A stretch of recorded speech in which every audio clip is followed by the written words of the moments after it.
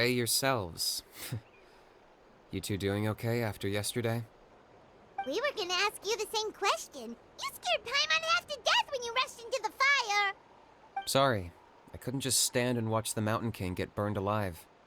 So you thought you'd try and extinguish the sacred flame with Dendro? Or is that an attempt to make the almighty Dragon Lord Kahulahau die of laughter? The sacred flame only possesses a fraction of the Pyro Archon's power. It's not as if I was fighting the Pyro Archon herself. Kanich, when you went into the flames, were you intending to, Intending to what? do the same thing as Burkina? Sacrifice myself? Of course not. My focus was on keeping the Mountain King alive, not on what it would cost. But now I'm curious. What made you think I was going to sacrifice myself? Well, because everyone's saying the Turnfire is what saved the king last night. And Ponche's theory was that summoning the Turnfire is a tit-for-tat exchange, right? So, Paimon thought you decided to pay for it with your life. So you've heard that rumor too. I'm afraid I can't say for sure. What happened yesterday was a first for me too. Well, even if you don't know, there's probably no one in the world who does. What I would say is, if that really was the power of the Turnfire, I'd sooner believe that the Mountain King summoned it himself. The Mountain King? Then, what price did he pay? The core meaning of price is not atonement or compensation, but what you're willing to give up in order to obtain what you want. It's easy to die for your sins. Much harder to live with the guilt and keep on going. In the end, the Mountain King chose the latter option. For Burkina and for the tribe. That's the price he paid. Alright, so how is the Mountain King doing now? Health-wise, there's nothing to worry about. He'll enter a fighting stance whenever we set foot in his territory. But his attacks are gentler now and not as crazed as before. Like he said yesterday, he just intends to be a sparring partner for people to practice with.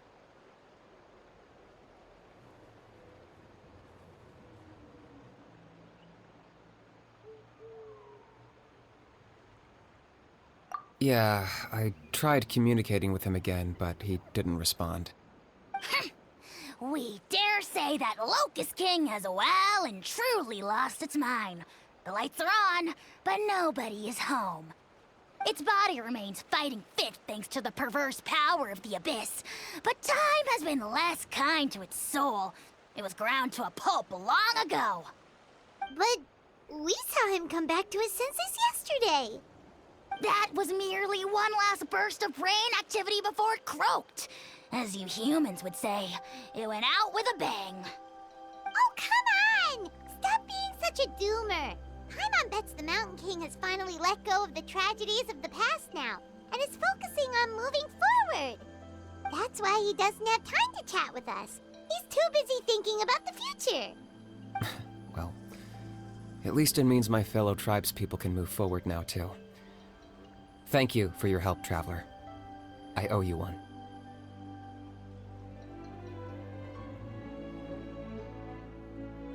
Yeah, that's right. You caught Enjo for us, remember?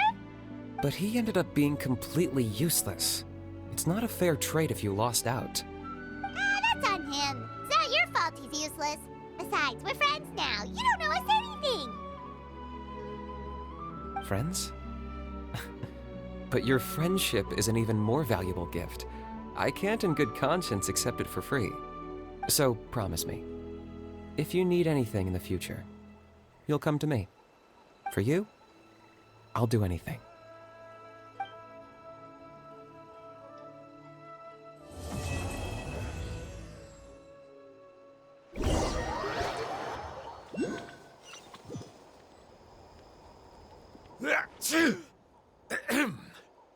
So, in the end, only poor little Hoonie got the sad ending? Yeah, everyone's happy except me. First Nana, then my dad. Why does everyone in my family have to suffer? Hoonie, it'll be okay. Your dad will get better soon. Toba, you're my friend, so I shouldn't say this to your face. But it was all the Mountain King's fault. Huh? Now hold your horses, kiddo. If you promise not to fight, Uncle Sanka will tell you a story. Okay, before you roll your eyes out of your skull, I promise you can trust me. I almost got my eyebrows burned off by the turnfire after last time. That's why I came back, to make it up to you. All right, I'll just get to the point.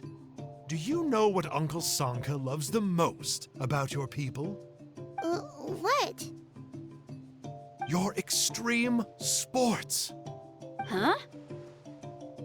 On my first day here, I got hit by someone falling out of the sky.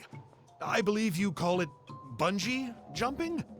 It's a dangerous sport, to be sure, but the courage it took to make the jump impressed the heck out of me. So, I introduced myself to the jumper, we made friends, and I even helped treat her wounds. Oh, such a nice friend. Of course. Anyway, the good times didn't last, because I got captured by a powerful foe, so we had to part ways for a while. In the hands of the enemy, I was scorned, scolded, and nearly given away as a gift. Oh, it was so humiliating. A horrible experience to look back on. Why does Uncle Sanka always have to suffer, I thought. So I feel your pain, Huni. I was in the same position. But in the end, I made it through, and I left all of those painful memories in the past. I even managed to reunite with my friend. Is that it? The moral of the story is to look forward in life, right? Yeah, we've heard that one millions of times. Sorry, Uncle Sanka, but you're not cut out to be a teacher. Very smart, Huni, but not quite smart enough. What I'm trying to tell you is that after I reunited with my friend, I found her injuries were all healed, but she really missed her family. So, I thought you might like to see her too. She's right behind you. Turn around and see. Another trick about not turning back? I'm not falling for that one again. Huh?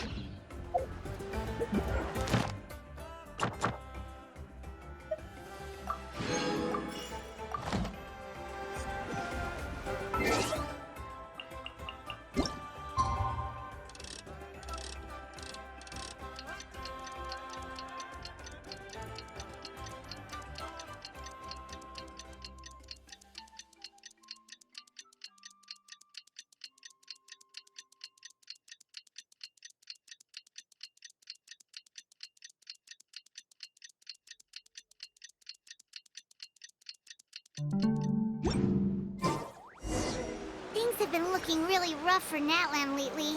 There are more and more commissions from the Adventurers Guild, and they're all related to the Abyss. Just waiting around won't do us any good. Let's go and see if there's anything we can do to help.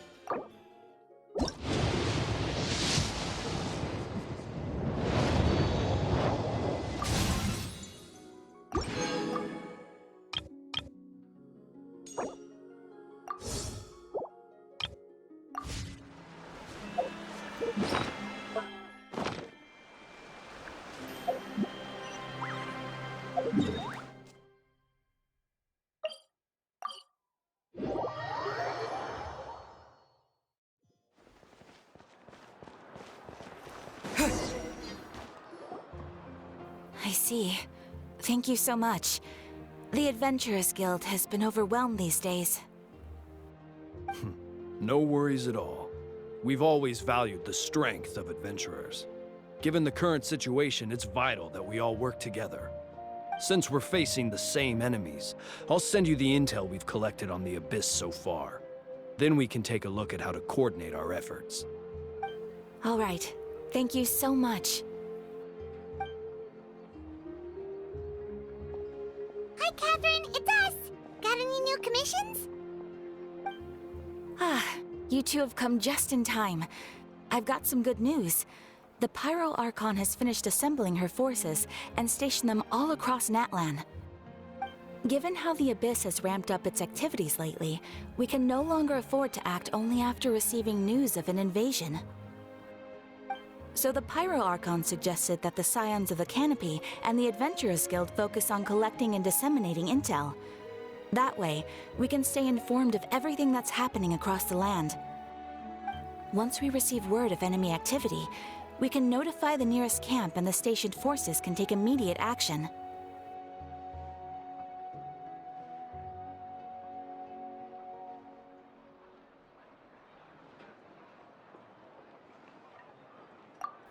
Yes, precisely. This should also allow us to focus on gathering information, rather than running around and trying to tackle everything at once. So please also take a chance to relax, you two. You've been working hard these days, and this will be a good opportunity for some well-deserved rest. So that's the plan! Whew, we can finally stop and take a break! Paimon knows that! It's not like Paimon just wanted to lay here and do nothing! The movements of the Abyss are always unpredictable. There have also been times when it suddenly became more active in the past. The people here generally see it as something like an acute natural disaster. Once the disaster is over, everyone will return to their normal lives. We just all hope that day will be sooner rather than later. Oh, right.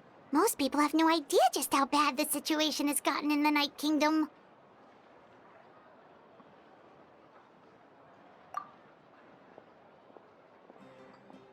Oh, hey, Kachina! Are you feeling better now?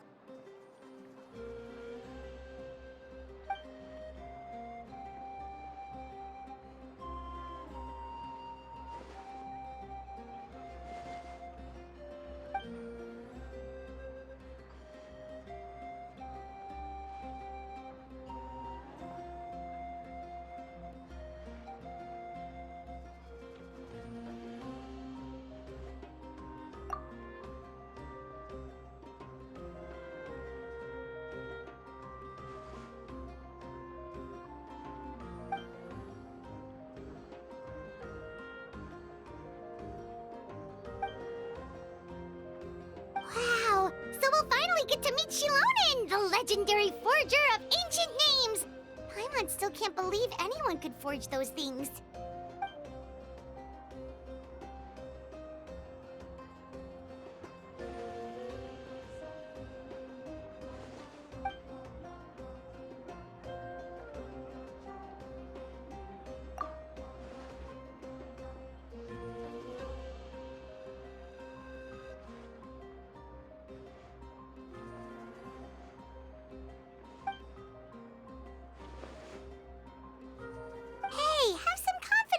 yourself, Kachina.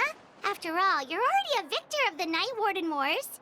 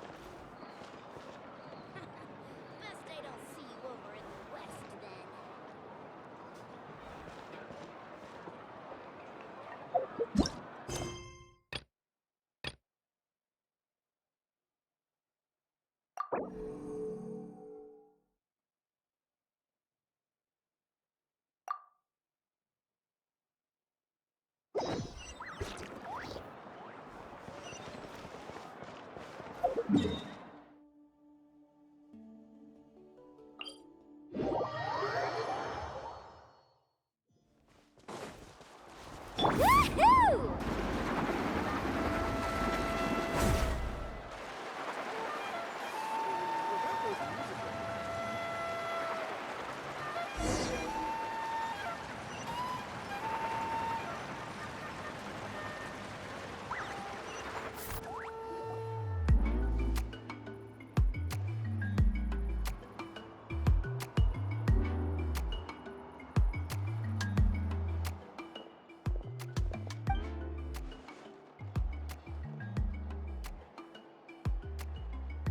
Ah, yes, so I've heard. So young, and yet you've already got quite the reputation. Wait, are you Outlanders? Yep, we're travelers who just arrived in Natland not too long ago. No, I mean, I was aware that you're travelers. It's just no one told me that you're Outlanders. No, the only thing she said is that a new hero had pledged himself to the plan. But we'd need to forge an ancient name to ensure he'd be able to return safe and sound. And she did mention that it would be quite difficult to forge an ancient name for them, but at the time, I thought she was just commenting on my skills. But I seem to understand where the true difficulty lies now. Oh, I wouldn't go that far. I'm used to it, really. I just need a moment to process things. The Pyro Archon's requests are always difficult to fulfill, and we used to argue a lot. Honestly, it's probably for the better that she didn't bring this up at the time. Anyway, I can't argue with her if she isn't here, and it'd be pointless to take my anger out on someone else. But, just because I understand her rationale doesn't make me any less upset, after all.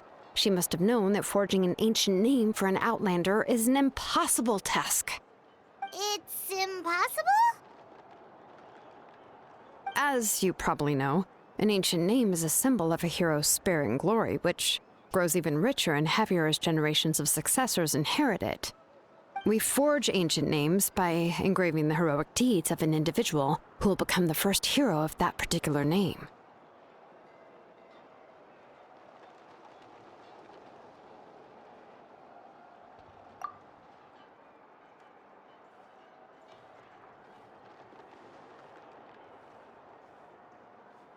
But they were all performed outside of Natland, correct? Yeah, that's right. Then those deeds haven't been recorded by the Night Kingdom. To take it one step further, even if you had performed heroic deeds in Natland, as an Outlander, your actions still wouldn't have been recorded by our lands. Only memories and experiences that have been acknowledged by the Wyab can be used as a basis for an ancient name. Even the greatest of craftsmen cannot create something out of thin air, you know. That's just how it is. Seems the Wyab don't want just anyone to get a name, huh? Mawika, of all people, should know better than anyone, yet she's still entrusted the task of forging the ancient name to me. Oh, Paimon gets it. Nobody's happy being asked to do the impossible.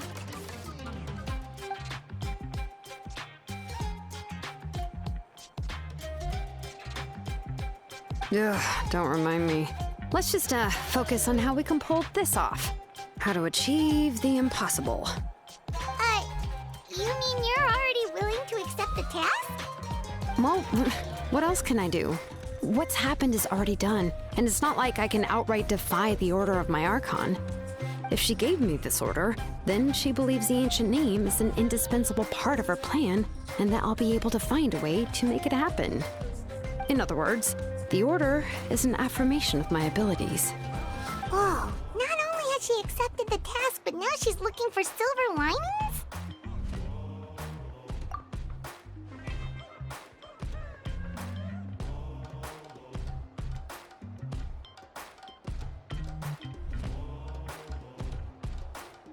The key is getting the Wyeb to somehow acknowledge the traveler's existence and record his heroic deeds. We heard the voice of a Wyeb when we were in the Night Kingdom before. We even had a whole conversation with her. If we can talk to her again, maybe we can figure something out together. Well, every tribe has their own Wyeb. How do we know if the one you met is indeed the best one for us to talk to? Plus, considering the unprecedented nature of this situation, I have a feeling that the acknowledgement of one Wyeb alone would probably not be enough.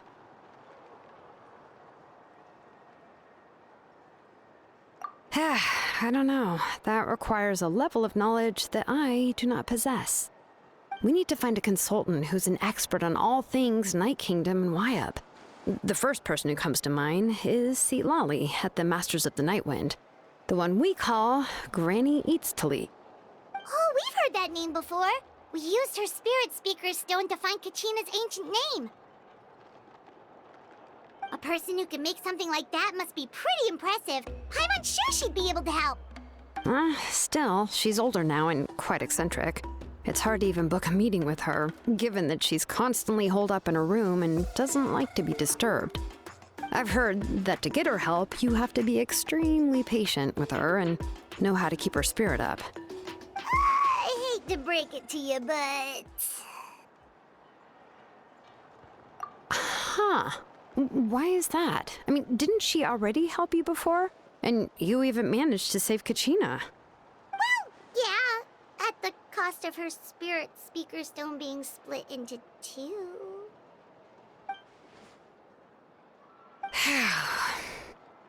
Great going, Moeka. We're already off to a rocky start here. In that case, I guess your only option is to try to emphasize that this is an important order from the Pyro Archon. Hopefully, Lali would still want to show respect to the Archon. I'll also write you a letter on your behalf. If you can find someone to deliver it and mention some good things about you, then that should help too.